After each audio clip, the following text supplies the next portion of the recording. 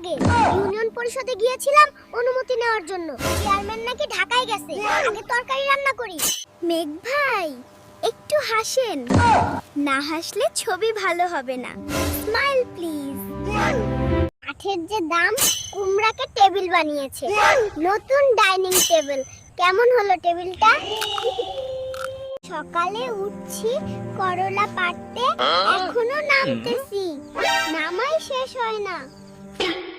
উপরে উঠলাম ফোনে ফুল নেটওয়ার্ক পাওয়ার জন্য, লাউও পেলাম, নেটও পেলাম।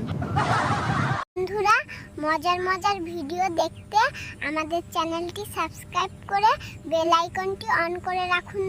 একটু রেস্ট নিয়ে নেই। এত বড় বড় গাছ হয়, কি করে উঠি গাছে? মরিচ কোথায় গেল? ম্যাপে তো দেখলাম এখানেই আছে, কিন্তু বাস্তবে তো দেখতেছি না। কই গেল মরিচকা? টমেটো লাল লাল হইছে দেখে মনে হয় লাভ আসছে, কিন্তু বাজারে গিয়া দেখি লাল টমেটোর দাম দেখে চাষির চোখই লাল।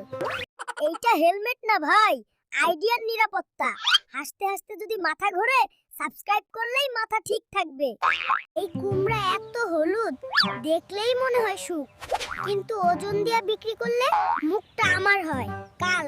মরিচ এখন ঝাল না ভাই, ঝাল লাগে বাজারে গিয়া। আমরার কাছ থেকে 40 টাকা দিয়ে নিয়ে ঢাকায় বিক্রি করে 800 টাকা কেজি। লাউ পাড়তে আগে অনুমতি লাগে। ইউনিয়ন পরিষদে গিয়েছিলাম অনুমতি নেওয়ার জন্য। চেয়ারম্যান নাকি ঢাকায় গেছে, আগে তরকারি রান্না করি। করতে পারলেই আসসালাম।